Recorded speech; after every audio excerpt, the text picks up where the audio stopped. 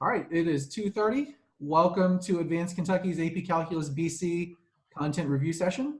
My name is Aaron Timmons. I'm the Mathematics Content Director for Advanced Kentucky. I'm joined by Michael Marshall, who is the Content Manager for our Access to Algebra program, and our presenter for today, Dr. James Bush from Waynesburg University. Just a couple of housekeeping items, and then we will jump right in. So as you can see, my screen is shared. Please make sure you have access to our handouts for today. They can be found either on our KYAP 2020 website or the bit.ly link that you see on the screen. The hosts, if you need to get in contact with us via email, those are our email addresses. Please feel free to reach out to us with any questions. This recording will be posted to our KYAP 2020 website after the completion. Your microphones have been disabled. They'll be disabled for the entire meeting. Your videos, we ask that you remain off. So we are going to rely a lot on the chat feature. So please make sure you can find that chat button at the bottom of your Zoom screen. You can chat directly with any of the hosts, or you can send a chat to the entire public. So please make sure to utilize that. Michael and I will be moderating that chat for any questions, any and all questions, comments, suggestions that you have during today's session, and we will make sure we let James know. We'd also like to take this time for you to go ahead and introduce yourself. So if you could please just say what your role is. Are you a teacher? Are you a student? What school you are part of? And that will give us a way to know who's in here with us today and give us a way to reach out to everybody. So please make sure you're taking the time to do that. And then also, please be sure to check out our KYAP 2020 website if you have not done so already. You can find all upcoming content review sessions for math, science, English, computer science, as well as resources for both teachers and students. This is also where our recordings will all be housed at afterwards. So please make sure you're checking that out on a regular basis. So without further ado, that's all I've got. So I'm now going to turn things over to Dr. Bush. He can introduce himself, let him give you a little bit of a background, and then we will get started right away. So James, it's all you. Wow, thank you very much. Aaron, you are good. You have some broadcasting experience. Wow, very good in front of the camera. I'm going to be a lot of ums and ahs because I'm really not used to being in front of the camera, but I'm happy to be here with all of you today, wherever you are, and I hope you're doing well.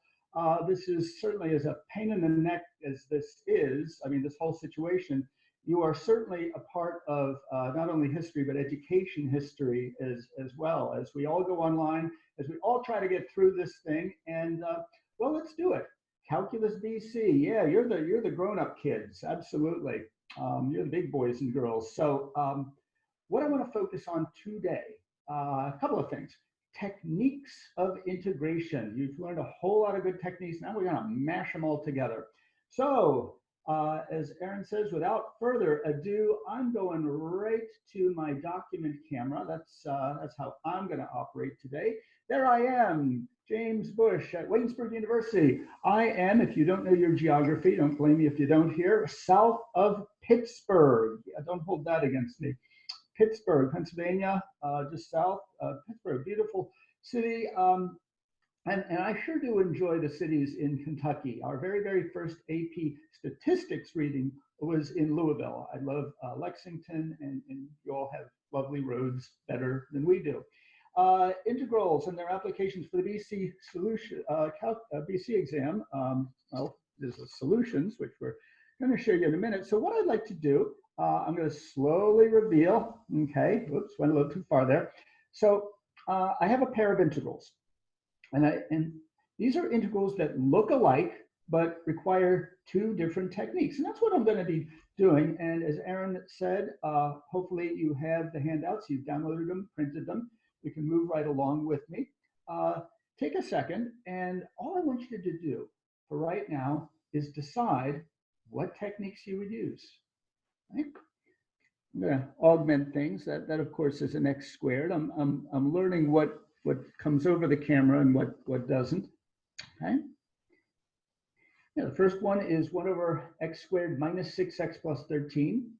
And the second one is 1 over x squared minus 6x minus 7. Let's just decide what techniques to use. Give you a couple of seconds here. Well, the tip off here is that I can take the denominator and I can complete the square, okay? That's x squared, x minus 3, quantity squared, plus 4. And that's an arctangent form. That's a straightforward arctangent form. But this denominator, yeah, this gets factored. This gets factored. That's that denominator. So that is a, that's partial fractions. Yeah, that's a partial fractions, and that's in the BC list. So this one, complete the square to see the arctan form. But the second one, factor and apply partial fractions. All right. There are the full solutions to those. Your teacher, your instructor has those, and you can always get them from me as well. Right now, let's go with quantity, really. Let's see how many we can fit in here. So that was the first pair. Again, even with my own students, I like, two problems that look alike, but require different techniques, okay? Take a look at those. X minus 3 on top, x squared minus 6x minus 5 on the bottom, okay? That's no longer relevant. And then I flip-flopped them. Yeah, take a second. See how you would approach this.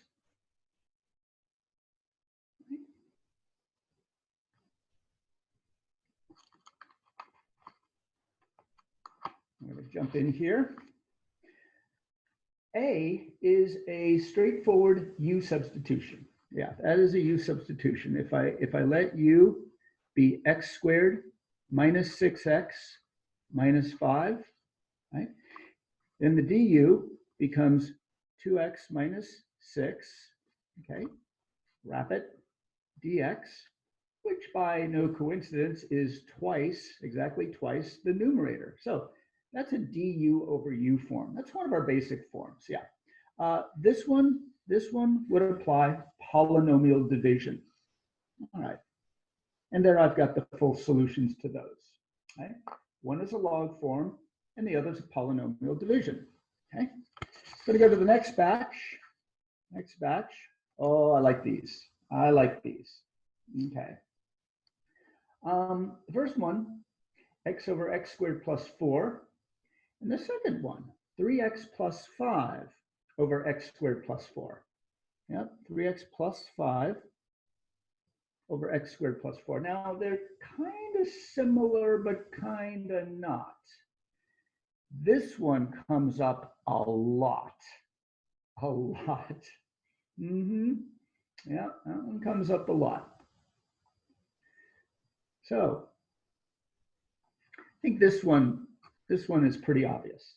Okay, that's actually the same as the last one. It's a straight U substitution, and it's like the last one, it's a log form.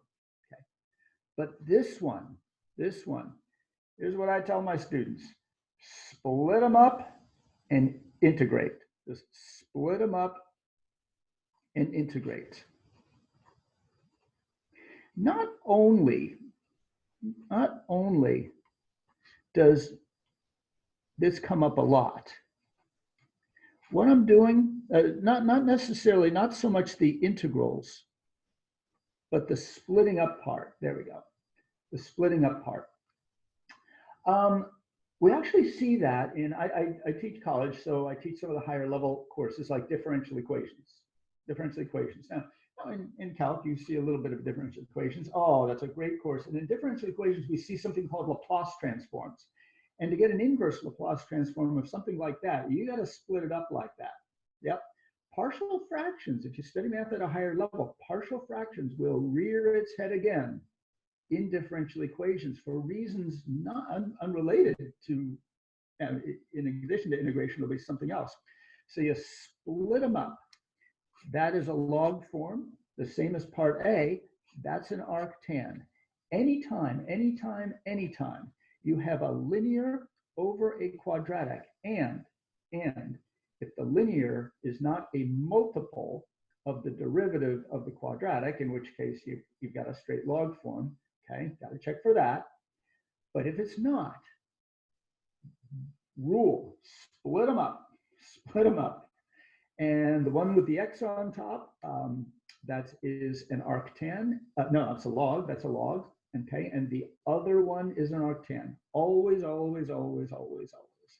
All right, so there are my solutions right there.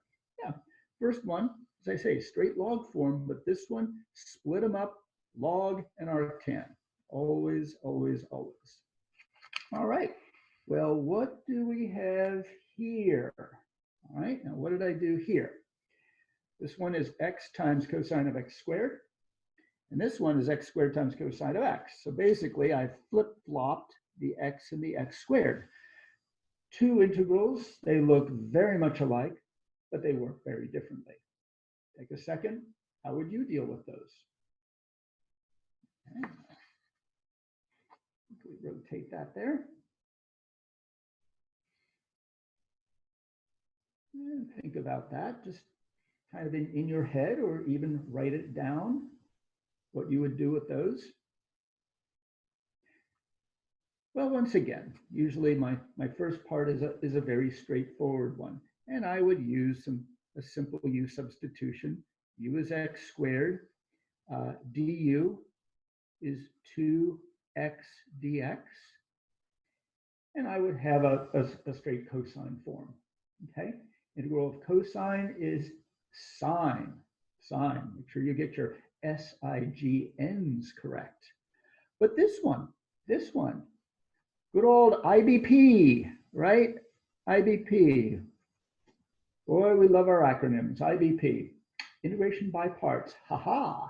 Not only once, but twice. Yeah, repeated integration by parts. Sure. Look at that one. Sure. You start out u equals x squared, dv is cosine x. One application, you know how this works, sure. You go from x squared trig to x trig. And so you have to do one more round, 2 rounds. So that you from x squared trig to x trig, and then the x trig goes to x to the 0 trig. Okay, watch out for your signs, SIGNS. It's really pesky. It's really pesky that integration by parts is UV minus VDU. Oh my gosh, the most common error, or especially happens in multiple applications of integration by parts, and especially if the antiderivative involves a negative, something like e to the negative 2x, right? E to the negative 2x, the antiderivative is negative 1/2 e to the negative 2x, so you've got about 2 or 3 negatives running around. Oh yeah, students tend to drop negatives. All right, what other surprises do I have?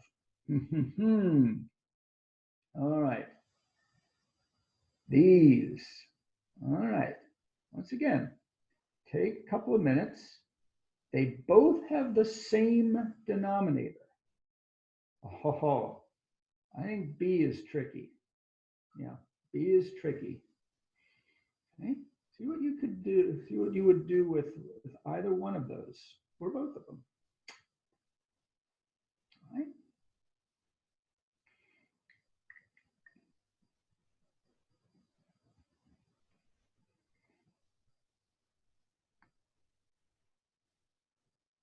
There's an A.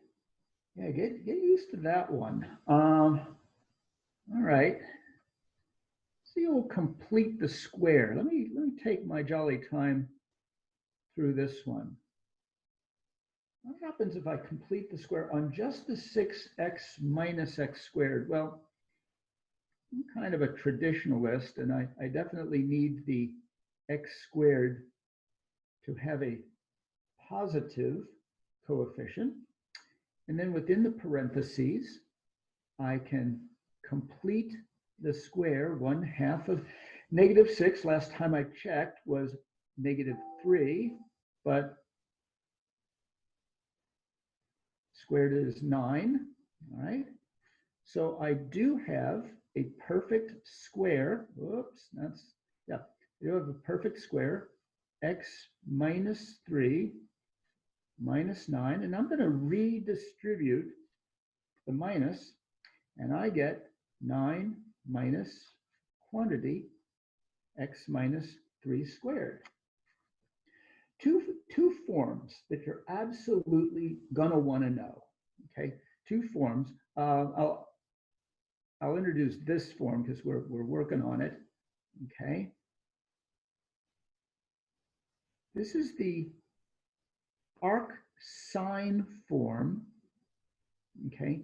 The Arcsine form when that number is not 1. It's something like a squared, something like a squared. And you'll just want to save some time and just know this, okay? That it's arcsine u over a, right? And the other form, while I'm at it, the other form, and again, wow, this one comes up a lot, okay? 1 over a squared plus u squared, or equivalently, u squared plus a squared. Thank goodness for the commutative law of addition, okay? That one is, well, like before, it's arctan u over a. I was a bad boy and didn't put my plus c in there, but this one has a factor of 1 over a. And if you go through the derivation of that general formula, you find out why one of them, the arctan, has a factor of 1 over a in front of it, and the arcsine does not. Okay, so the arctan has a factor of 1 over a. The first one is an arctan form. That's an arctan form. And the u would be x minus 3. du is dx. Yay! There's no 1 over 3 out there. No, that's for arctan. And yeah, there we go. But the other one, the other one is tricky. The other one's tricky. Well, it works much like the linear over the quadratic I showed you a little while ago, where you split them up, and that one is, the first one is log, and the second one is arctan. This one, you're going to do much the same, but the splitting up is a little bit tougher. This one I call manipulate the numerator, split and integrate. Manipulate the integral numerator, split and integrate. Okay, and what I'm doing there is taking x minus 4 and writing it as x minus 3 minus 1. Now, why on earth am I doing that? Okay, well, one of them is going to be not a log, but a power rule. It's going to be a power rule. Okay, yep, it's going to be a power rule. So u is going to be 6x minus x squared. Du is 6 minus 2x, or if I factor dx. If I factor out the minus 2, how about x minus 3 dx? So I get an x minus 3 here with a 1. I split them up. Now again, before, we had the linear over the quadratic, split them up. One's a log, one's an inverse tangent. This one, split them up. That one's a power rule. That one's an arcsine. Yeah, got a power rule there. All right, and the other's an arcsine. Actually, it's exactly the same arcsine as part A. Yeah, exactly that. All right, well, maybe you learned a little something there. One of my favorites are these two. Okay, two integrals that kind of sort of look alike, but are very, very different. Okay. Take a second on that one. What would you do with them? What would you do? Yeah. The way I usually make these, I make a kind of kind of easy, kind of on the Calc AB level. And then, you know, you get the part B is B for the BC level. Just made that up. This one, again, I do a straight U substitution. U is log of x, du, 1 over x dx. So really, no repair necessary, no adjustment. That thing is u du. Yep, and this is going to be log squared over 2, or 1/2 log squared. But this one, I hope you know, okay, that this one is integration by parts. This one always throws my students, because I tell them, okay, integration by parts, we're looking for the product of two different types of functions. You know, maybe a polynomial, a simple polynomial like xx squared and a trig, or an xx squared and an e, or an x and a log, or even an e and a trig. That can be done integration by parts. And so they're looking for a product. And then they see this one. They say, where's the product?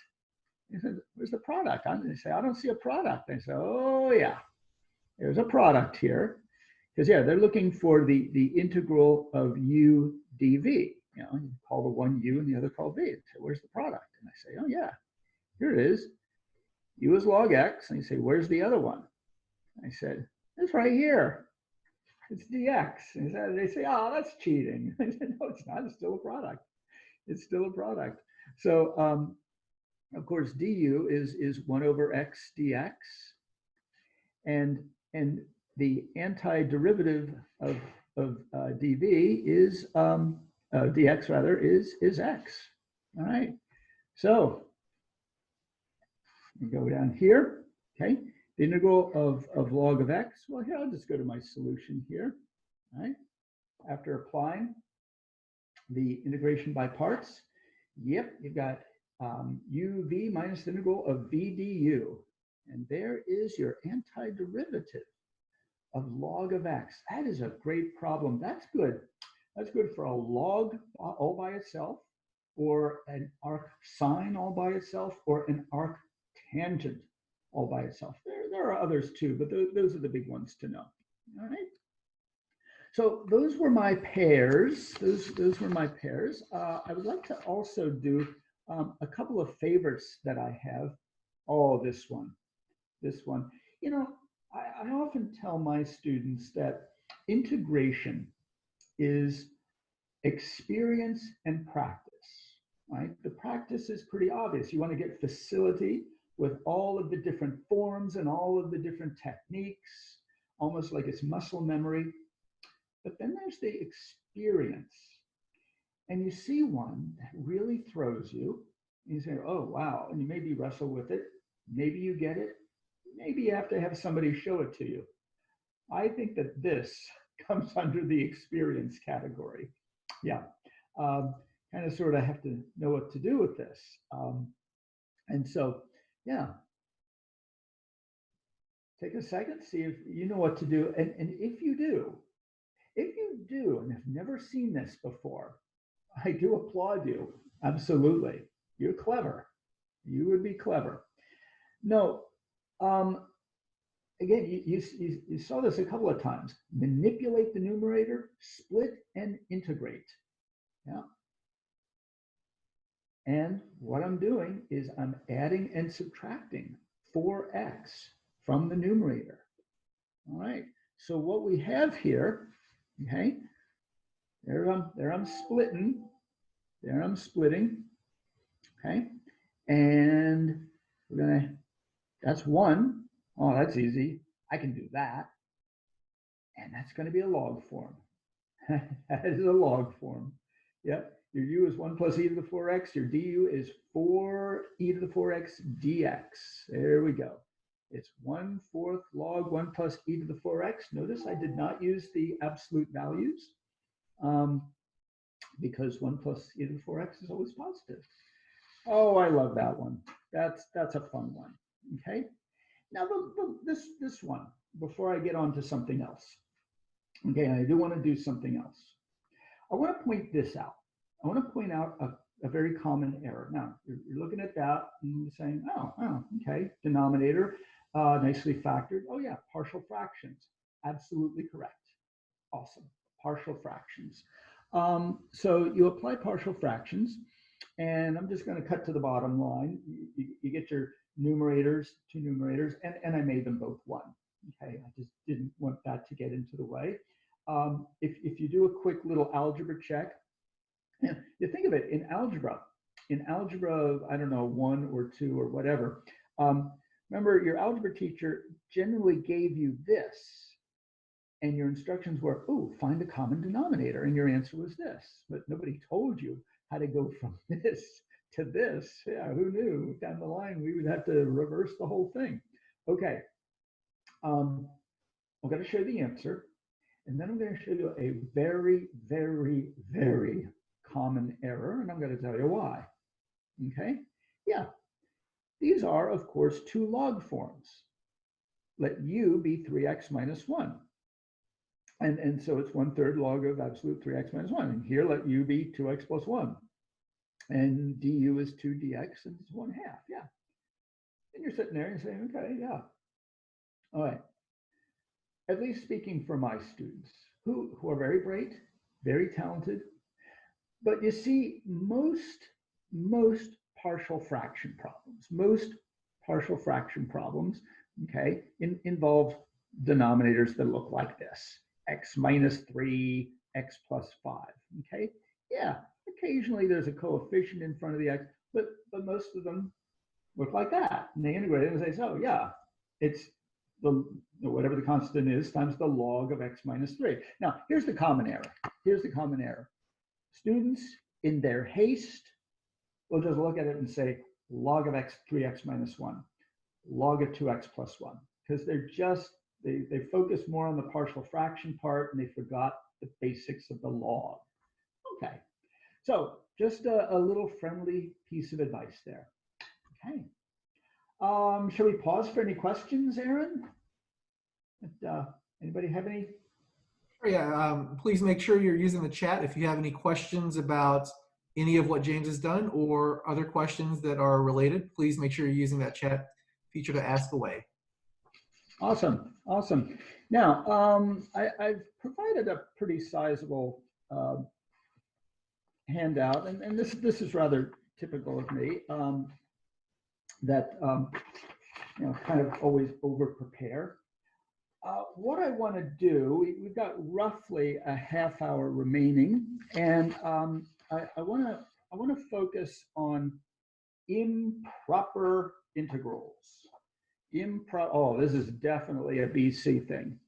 Improper integrals. That's an infinity up there. I'm seeing now that we're putting this technology to use here, I'm seeing that for next week. And by the way, next week I will be focusing on what, in my opinion, you are more likely to see in, again, this most unusual year, applications of the integral. So that's going to be my focus next week. Yeah, this week is techniques, and that is a negative x squared. These are improper integrals. I love the name. It's like integrals that you cannot bring home to meet your parents because they just don't know how to behave, and they literally don't know how to behave because you're going from 1 to infinity.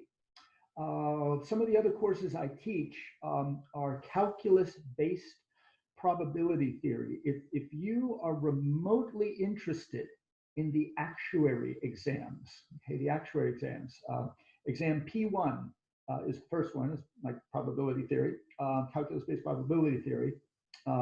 You will need a very good knowledge of up to Calc 3. Well, improper integrals appear a lot.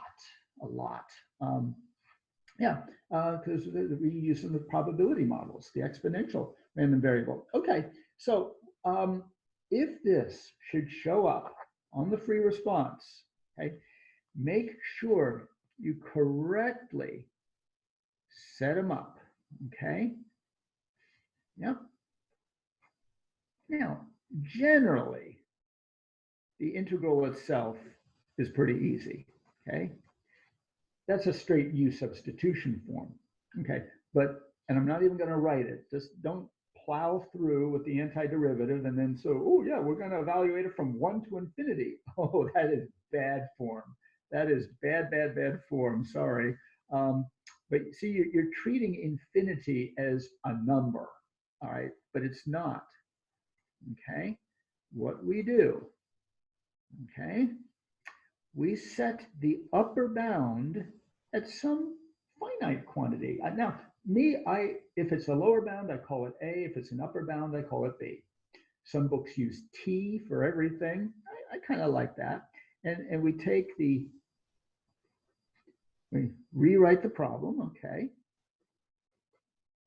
And now the idea is B is a finite number, so it is a traditional definite integral.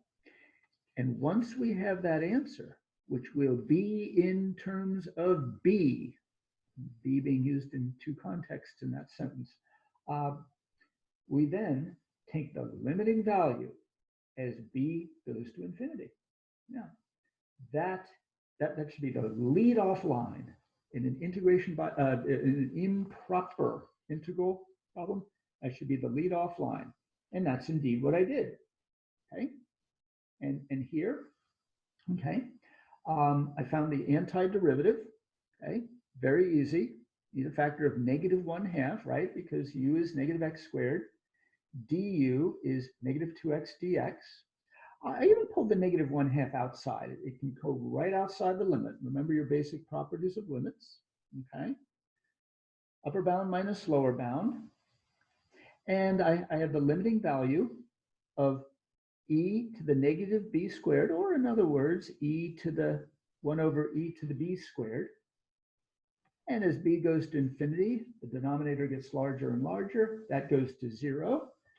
Okay, and at first we're a little worried, like, oh yeah, we're going to get a negative number. Oh no, we won't, because there's a negative out there. Yeah, it's 1 over 2e. We say that improper integral converges to 1 over 2e, converges to 1 over 2e. Okay, so let's take a look at another one. Now we all know there are two types of improper integrals. That's an easy one to spot, right? Got an infinity there. Yeah, an easy one to spot. Got an infinity, it's an improper integral. This one could get by you. It could get by you, absolutely, okay? The integral from 1 to 2 of 1 over x minus 1 squared. And the problem is that the function here, 1 over x minus 1 squared, okay, always label your axes. Yep, it's just not a Kentucky thing. It's a Pittsburgh thing too. Okay, label your axes. Hope everywhere else. Yeah, there's this one, okay, has a vertical asymptote at 1. Yeah. So the integral from 2 to 1. So the improper integral of the first type, the infinity, that deals with a horizontal asymptote. This one deals with a vertical asymptote. Yep. Okay. So the way we set this up, and again, I have to recognize that the function has a vertical asymptote at x equals 1. So I fix the bottom at a, lower bound at a, because that's the problem child. That's the problem child. And then I take the limiting value as a goes to 1 from the right, right? And then I just practice my integration, same as always, and I evaluate it at the lower and upper bound, okay? At 2, I have -1, and the limit of -1 is -1, okay? But here, I want the limit as a goes to 1 from the right, and careful, from the right, of -1 over a minus 1. As a goes to 1 from the right, the denominator is always positive. but the numerator is negative. So we have really, all right. Oh, and then we have that. Well, here's what I did. We've got this double negative there. Okay.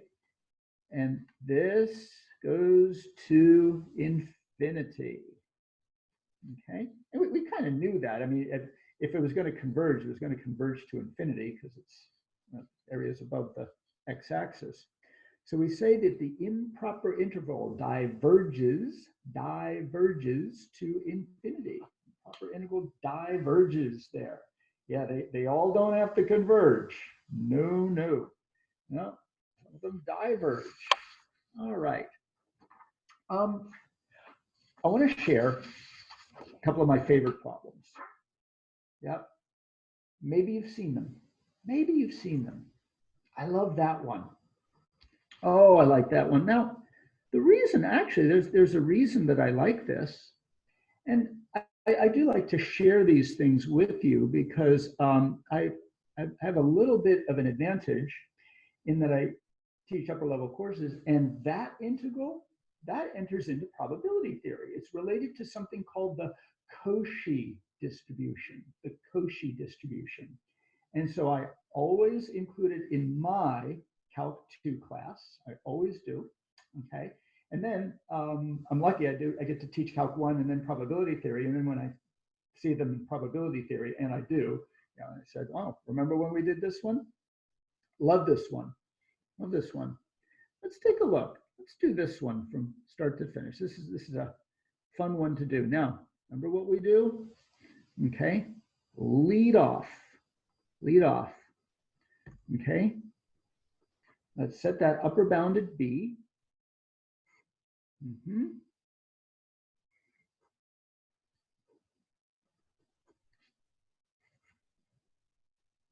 then we take the limiting value as B goes to infinity. All right, that's our first step. I'm just going to go through this slowly to see if you can work ahead of me. Okay. The reason I like this is you need to know so many different things. Okay.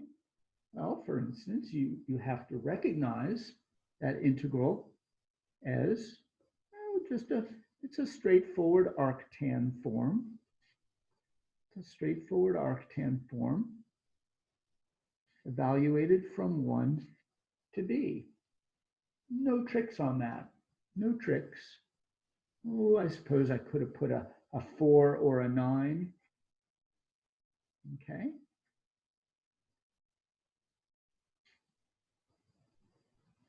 Let's evaluate.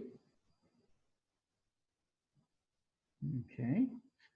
Arctan of B minus arctan, or as I like to say, the angle whose tangent is 1. Okay, there's where we are. Okay, now the fun part comes. See how much inverse trig you know. Okay. I'm gonna keep the limit here for a bit. Okay. I'm actually gonna use the property of the limits. The limit of the difference is the difference of the limits. That's a constant, so that the limit is, well, let's get right to the point. We know what that is. Oh, that's AP's favorite inverse trig value. Arctan 1 is pi over 4. Oh yeah, AP loves that one. Yeah, again, the limit of a constant is a constant of the limit. Now, do you know what the limit of arctan is as B, arctan of B as B goes to infinity? No, it's not a L'Hopital's thing or anything like that. Nope, you just have to know the graph of arctan. Actually, knowing the graph of tangent would help. Okay, just turn it on its side. Okay, well, I am going to think of where the tangent has vertical asymptotes vertical asymptotes of tangent are the horizontal asymptotes of arctangent, or at least the ones between negative pi over 2 and pi over 2. Folks, friendly viewers at home, this is what the arctan looks like. That's what the arctan looks like. Arctan of 0 is 0, okay? And arctan of, if that's 1, is pi over 4. But where are those asymptotes? Well, think about where the tangent is undefined. Okay, that asymptote is pi over 2, and the limit as x goes to infinity of arctan is negative pi over 2. This is the graph of y equals arctan x. So I think we have our answer. Okay, it's pi over 2. Don't forget about the pi over 4. That improper integral is pi over 4.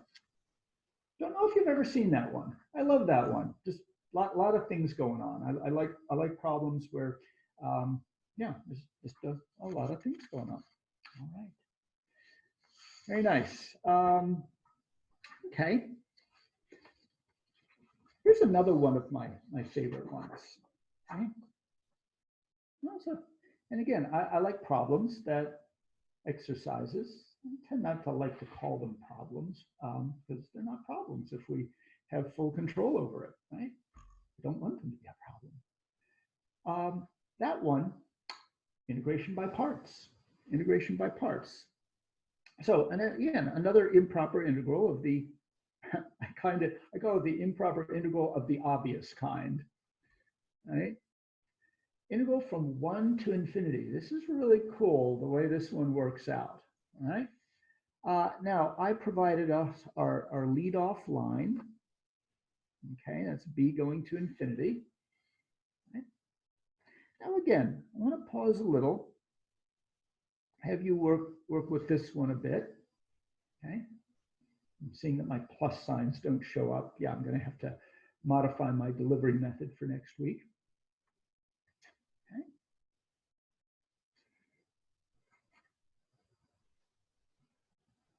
It's going to work kind of slowly here.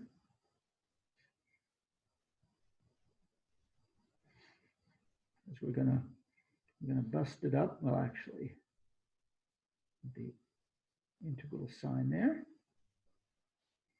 from 1 to b. That's where I want the.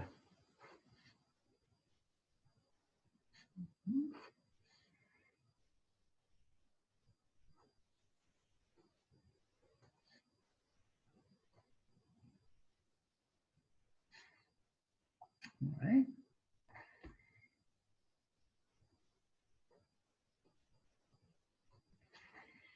Yep. Well, the way I made this, partial fraction wise, it works out quite well. The numerator of the x plus 2 is positive 1, and the numerator of the second fraction is negative 1, which I just wrote as 1 over x plus 2 minus 1 over x plus 3. And again, once you get them, they're very easy checked by getting a quick common denominator. Get a quick common denominator. Here you have x plus 3 minus quantity, x plus 2, okay, over the product of, of the denominators, and the x cancels, and 3 minus 2, last time I checked, was 1. Okay, which is exactly what we wanted. Okay, keep a going. Keep going. Now look at this problem. This one combines partial fractions with improper integrals. I could easily see something like this being on. And I think they're going to be doing a lot of problems where they're combining skills. At least that's our speculation on the AP Stats exam.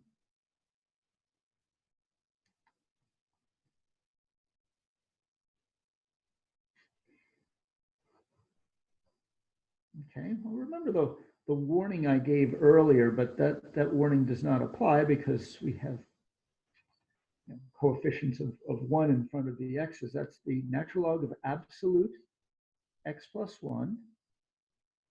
Okay, absolute x plus 2, I meant. Okay, there we go. From 1 to b. All right, I have to jump over this work that I did here. There we go.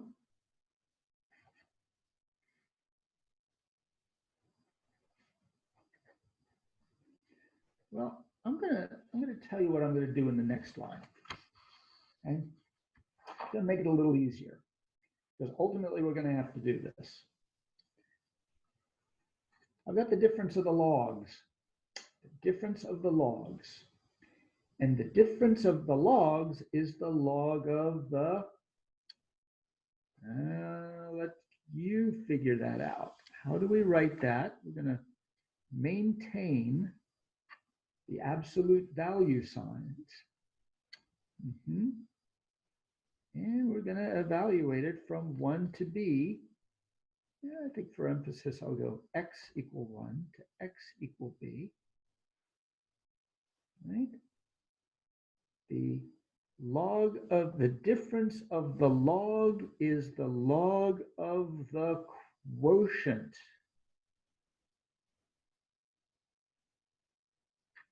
Yeah, we're going to have to do that eventually if we want to find out what that limit is. Okay, careful. My b's tend to look like 6's. Once again, I'd like you to forge ahead on that a little.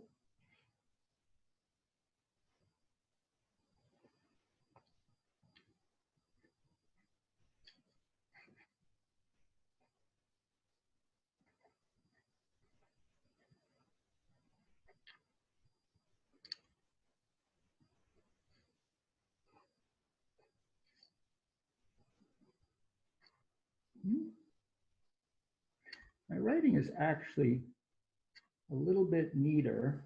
I'm actually having to write at an angle if I want the camera right where I want it to be. That's okay. B over 2, b plus 2, b plus 3. Okay. Lower bound, when x is 1, we have 3/4. Well, 3/4, I'm going to eliminate the absolute value sign because absolute value of 3/4 is 3/4. Okay, like that. Well, same as I did earlier. I don't need this step, but I want the focus to be on the log of b plus 2 over b plus 3. And then, of course, the limit of a constant is the constant. And we are almost done. We're almost done. See if you can get what that limit is. It's a good exercise. Again, I can easily see something like this being on there. Again, if you haven't seen this already. We also know, and this comes from Calc 1, that the limit of the logs is the log of the limits. And that's true for any continuous function. You gotta be careful of that in the higher level courses. Okay, you're not always working with continuous functions, but log is a continuous function, at least on its domain. Right?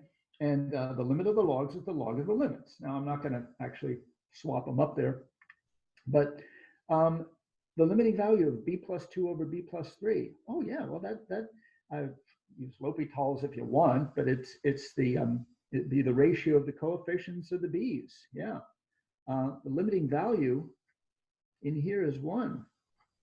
That's log of 1. That's the log of 1. Yeah. And the log of 1 is 0. So the answer is negative log of 3/4, but I prefer, you might take a look at that and say, oh, wow, the answer is negative? Like, no, because 3/4 is less than 1, so the log of 3/4 is negative. Yeah, sure. The log of negative log of 3/4 is the log of 3/4 to the negative first. So personally, I like the log of 4/3, but nothing wrong with this answer. Nothing wrong. Whoops, sorry. Nothing wrong with that answer. Log of 4/3. Log of 4/3. Yeah. I have a couple more minutes left. Perfect timing. I want to show you this one. One last one. It's good. I actually set out for most of what I wanted to do.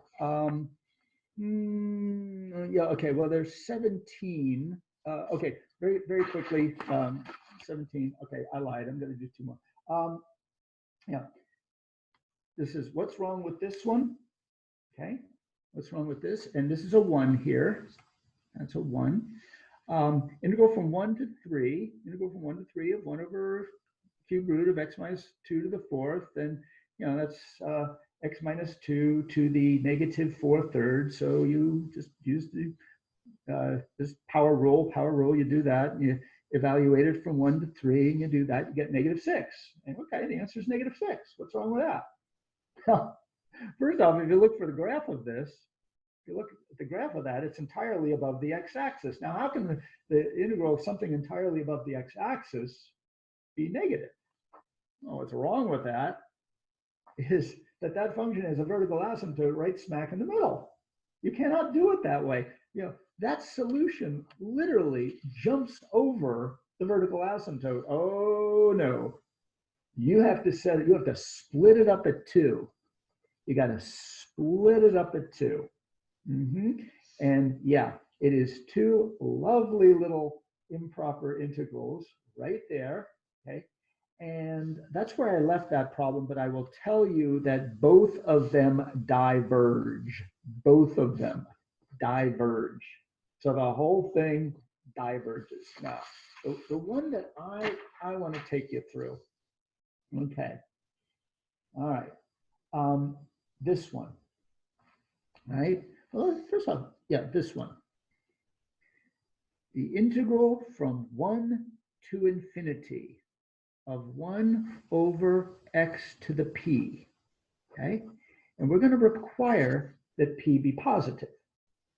For what values of p does that converge? And for what values of p does it diverge? All right. Now, again, I say practice and experience. If you have experience with improper integrals, okay, you know that a problem like this, 1 over x squared, okay, that's going to converge. That's going to converge. Okay, because the antiderivative is going to involve 1 over x. It's going to involve 1 over x. So in essence, the x stays down here.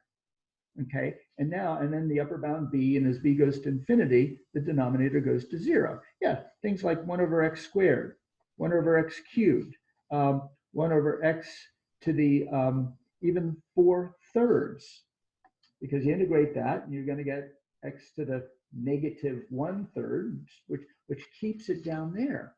But when does it diverge? When you have something like x to the 1/2, right? X to the 1/2.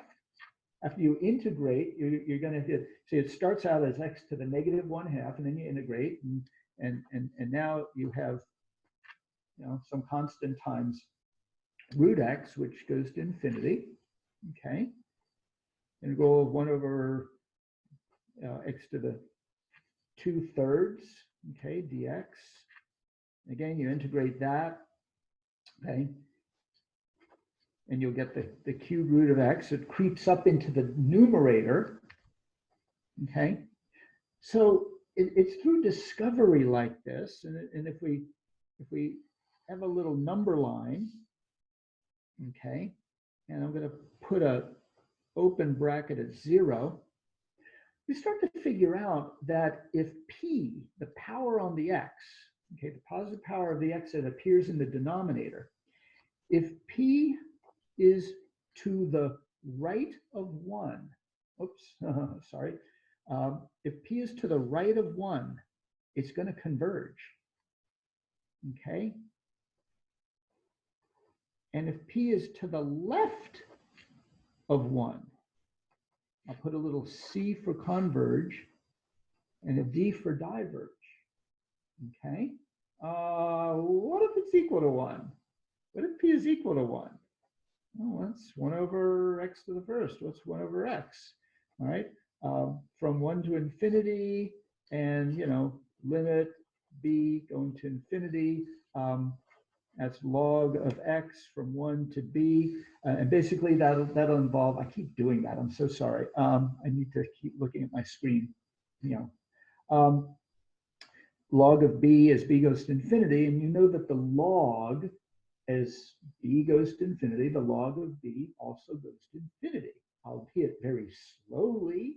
It's a very slow growing function. So I'm going to fill in a little circle there. Fill in a little circle. Yeah. It diverges at 1.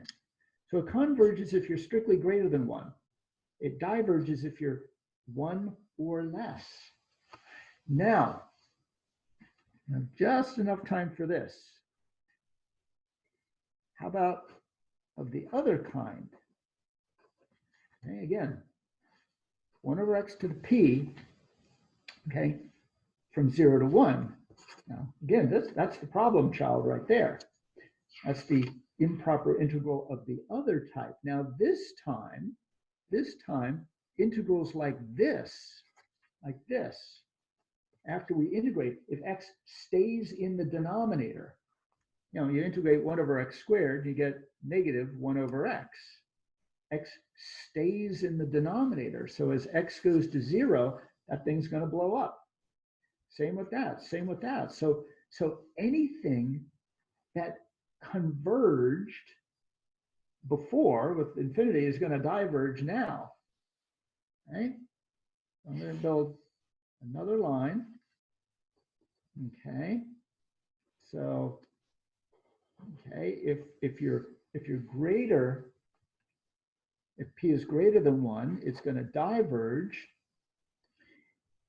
If p is between 0 and 1, okay, like something like that, you start with x to the 2/3, so x is in the denominator, and then it becomes x to the 1/3, which is now in the numerator.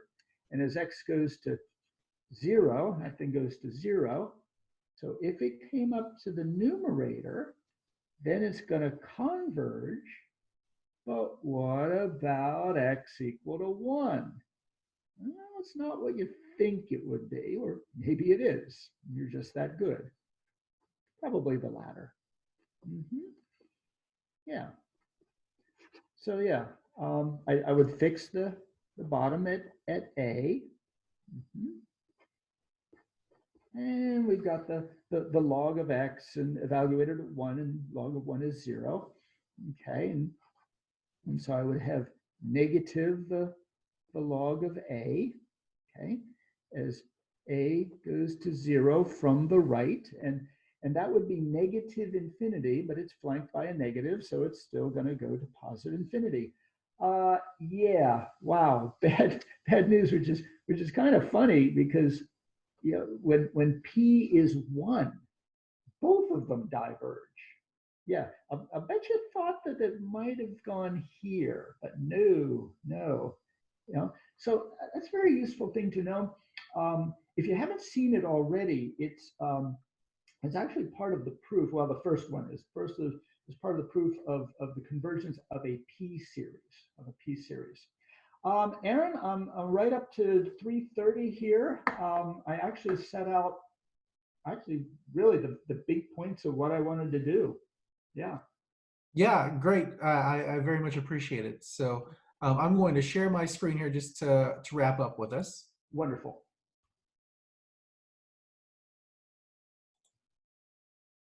So again, thank you all for joining us today. our contact information is on the screen, including Dr. Bush's, as well as links to the handouts, as well as KYAP2020.com. Next week, Dr. Bush will be back. He already mentioned it a little bit earlier in his session. He will be focusing on applications of integrations. So if you are an AB student, this is not one of the tested topics on the exam. However, those of you that are taking BC, it is.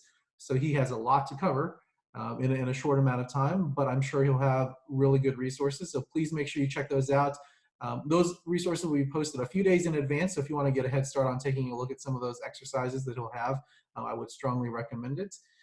Teachers that are wanting solutions to the work that Dr. Bush went over today can email Michael or myself, or even Dr. Bush directly, and we will email you those handouts.